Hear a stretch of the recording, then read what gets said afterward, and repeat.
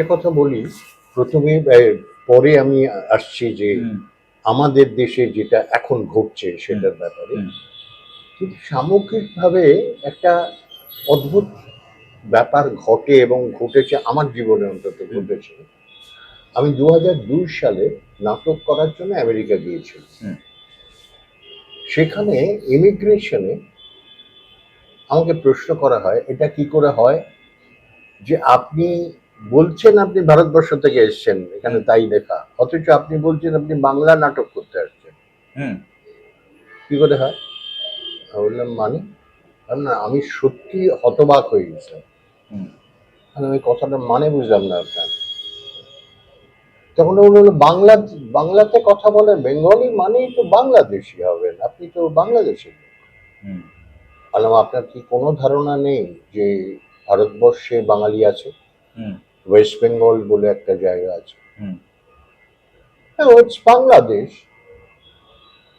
এখন আমেরিকার ইমিগ্রেশনে যে অফিসারকে বসানো হয়েছে হুম, তারও সেই জ্ঞানটা নেই। নট দ্যাট যে তিনি আমাকে আহ, ইচ্ছে করে ভুল বুঝিয়ে কথা বার করার চেষ্টা করছে, সেটা নয়। তার পরবর্তীকালে আমি বুঝতে পারলাম হুম, যখন সে প্রায় আমাকে ছেড়ে দেওয়ার পরও আমি যখন মাল নেবার জন্য হুম, এতে গেছি, লাগেজ নেবার জন্য, সেই সময় আমার সঙ্গে রইলেন এবং ইমিগ্রেশনের ওনার কাউন্টার বন্ধ করে এবং জানলেন টোটাল হিস্ট্রি। হুম, তার মানে একটা কোথাও লোকের ধারণা হয়ে গেছে হুম, পৃথিবী জুড়ে বাংলা মানেই বাংলাদেশি। এখানে যে ওয়েস্ট বেঙ্গল, ন্যাচারালি সেটা হবে, খানিকটা কারণও আছে।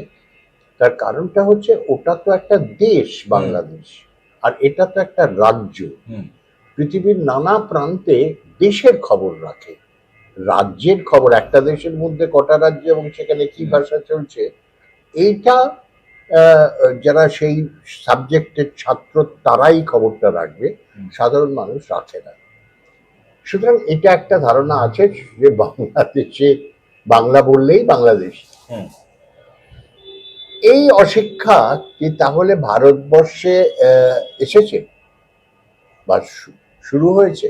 হুম, হতেই পারে। যে শিক্ষার বহর আমরা দেখছি চারপাশে বর্তমানে সারা ভারতবর্ষে, হুম, তাতে করে এই ধরনের চিন্তাধারা বা এই ধরনের মানসিকতা অশিক্ষা জনিত কারণে হুম, আসতেই পারে যে ওই আমেরিকার ইমিগ্রেশন অফিসারের মতন, যে বাংলা বলছে মানে বাংলা নিয়ে কথা বলছে, তার মানে হচ্ছে ও বাংলাদেশি। হুম, এইরকম ধারণা থেকে হচ্ছে না তো দিল্লি পুলিশে কমপ্লেনটা? হুম, হতেও পারে। এবার প্রশ্ন হচ্ছে তাহলে এখানে কেন হচ্ছে, এই ওয়েস্ট বেঙ্গলে কেন হচ্ছে? হুম, এটা আমার মনে হয় সম্পূর্ণ রাজনৈতিক এবং খুব আহ, ভোটের খেলা। রাজনৈতিক বললেও হবে না, রাজনীতি একটা অনেক বড় শব্দ, যেটা মানেটা কি সেটা এখন লোকে ভুলতে বসেছে প্রায়।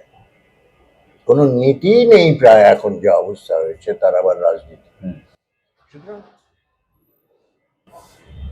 এই ভুল ধারণা থেকেই বা এই রাজনীতি সম্পর্কে জ্ঞানটা না থাকার ফলে ক্ষুদ্রতা আসছে, ছোট ছোট কারণে অশিক্ষিত নিপাট ভালো মানুষ মানুষকে হুম, যাতে ইনফ্লুয়েন্স করা যায় করে নিজের দিকে ভোটটা টানা যায় তার চেষ্টা চলছে। হুম, এই ক্ষুদ্রতার মধ্যে আমাদের মাথা না ঘামালেও চলবে, কারণ আমি মনে করি না, যেহেতু আমি রাজনীতি করি না এবং হুম, ভোটের রাজনীতি করি না অ্যাটলিস্ট, তো রাজনীতি সবাই আছে, তাদের হুম, মানসিকতায় আছে, কিন্তু এইটা নিয়ে এই ক্ষুদ্রতা, এই নোংরামি, সব পার্টিকে বলছি, আমি কোনো আলাদা হুম, কোনো দল বলছি, এইটা বোধ হয় এটার ঊর্ধ্বে ওঠার চেষ্টা করা উচিত। এটা নিয়ে আলোচনাই হওয়া উচিত না এবং এটাকে ঘৃণ্য বলেই প্রচার করা উচিত হুম, আমার মনে হয়। হুম,